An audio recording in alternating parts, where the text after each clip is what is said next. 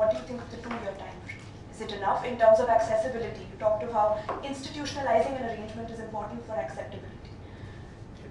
Well, you're volunteering. In anticipation of a cold call. I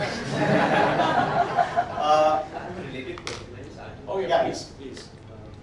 My name is Sharad Gupta. I also work with an Indian company. The question that I have is, what if you don't want to come back to the private sector, etc., when you've taken on this offer of internship? Right? Because nearly all the people that I hear of in policy who move from the private sector are people who've been taken on by the one person in government or in policy. Right? So what happens next? How do you advance in the government? Could I suggest that one is something we hold for the next panel, if that's all right? Yeah. So, but can we?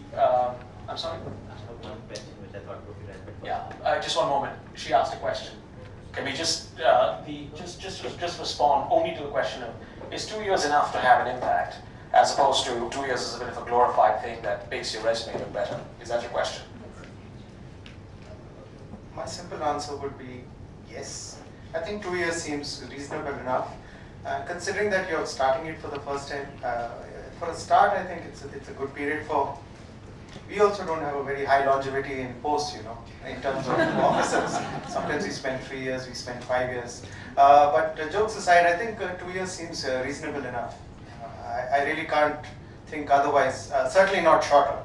It may be a little longer, but 2 seems fine. You put your hand up there. This is a question for Mr. Srikhar. My name is Ishan. I'm a recent Stanford Business School graduate, class of 09, moved back to India, working in a telecom company right now. You've been talking a lot about the free radicals, so I thought it might be useful for me and for others in the room to just understand what kind of roles young people are playing, if any at all, in the UID. Well, I didn't mean it in the negative sense. Sure. Well, the experiment is that it is an experiment because it hasn't happened, to my knowledge, anywhere in government where we have so many people from the private sector and not from government who are working with the project. See, the UID project is a government project. So, it is led by, though it's led by Mr. Nilekani, he's a minister, he's a chairman with the rank of cabinet minister, and he's very much government now. And the organization is government. But to have this whole project run by government, there's a clear understanding that it won't work. It has to be a mixed effort. And that's where this whole policy of getting people out. So there are basically 3 strands of people who are working apart from government in the project. One are the set of volunteers. It's purely on a volunteer basis, where you come and devote some time to the project on a particular area if the organization requires it. It's not that you want to work in some area and you come and so it has to be it has to gel with the goals of the organization. That's one set of people who are volunteers, and let me tell you that the best people on working on technology today in the UID are people who have come on volunteers, who have left everything, come from Silicon Valley and just coming just for 6 months and working on the project without no remuneration, nothing. So this is a purely volunteers group. The second group is on sabbatical. Sabbatical policy is where people can come from companies. Companies can send, can depute people in particular areas that again the organization wants. And again, a lot of people with great capabilities are working on. And the third set is interns, where students and people who can study projects within the UID and also contribute in terms of their thoughts. So these are the 3 main areas, and of course we have the regular consultancy group wing, the channel, which happens in other organizations in government. So I think these are the 4 areas. Next. This is a question to Bharat. Yeah, Bharat, as Mr. Srikhar said, Could you just your name and your as Mr. organization? Okay, my name is Nishant. I work with Goldman Sachs. Just a follow-up to Mr. Srikhar's question to Bharat actually. As Mr. Srikhar said, right now there aren't many opportunities or avenues for people from outside to be a part of the governance or the government that we've been talking about. Since Bharat, you made the break, can you get some insight, or you could throw some color on your action plan and we could draw some pointers from it, as in how you made the break? I wish I had an action plan, but I think luck has a big role to play. As I said, it was things just fell into place at the right time, and there isn't, unfortunately, an institutionalized mechanism for this to happen. But as we are discussing, hopefully this program will lead to bigger and greater things. And 2 years will lead to 5 years, and will lead to a career in government. in the meantime, it's pretty ad hoc and informal. And one of the things I try and do at an informal level is to look out for that demand in whatever little pockets that it exists in government, and try and, through informal networks, try and see if people might be available to fill those gaps. But until then, it's just very ad hoc, unfortunately. Okay, your question. Yeah, not a question, just a word of caution.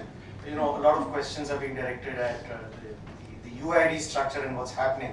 But I think what's important to remember is that UID is an outlier today in government.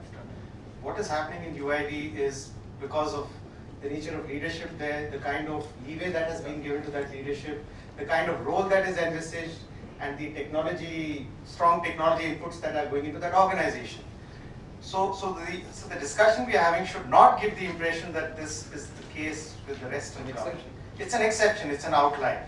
So that's an important thing to keep in mind.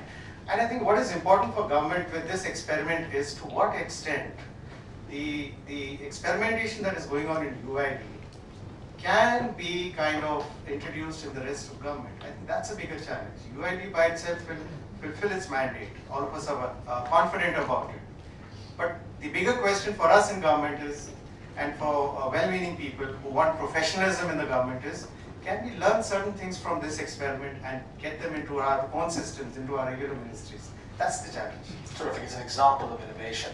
I'm going to take a time check. There's about 12 minutes to go. We've had the consultants ask questions.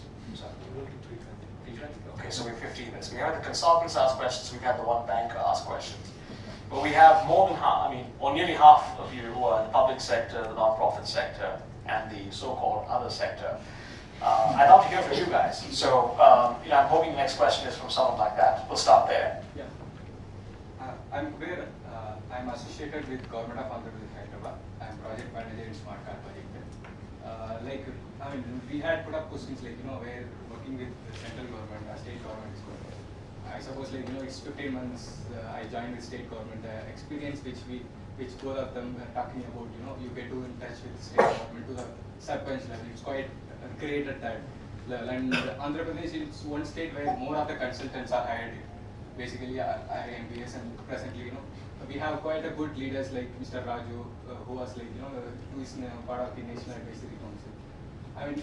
These are all very good. To put up the questions, forward, in the fellowship program, are you looking at joining it with only the minister at Delhi level, or just also at the state government level? I think if I could intervene, that's a very good question, but it's probably more appropriate for the next panel, where we talk a bit about the fellowship itself. If there's something about, by the way, I'd love to hear your experience. How has been your experience as being a young person working at the state government? We've heard lots of things around impact happening at the state and at the district. What's been your experience? Let me tell you, when I started with it, I should be happy enough to say that the officers at IAS, Mr. Raju or whoever it is, they are not against the guys who are coming in. But in the hierarchical structure, you end up with more government employees in the middle segment, the bottom of those high structures. They are quite redundant. They are quite obstruction to you. Probably you should clear that path. If you clear that, you are good enough. And initially, when you are observed, you will not be you will not be taken up to the higher level and strategic level. Not at all. Probably, you would put up that level. You prepare that report. You prepare that presentation. That's good enough. Probably, you have a good tech savvy. You will be asked to prepare a presentation.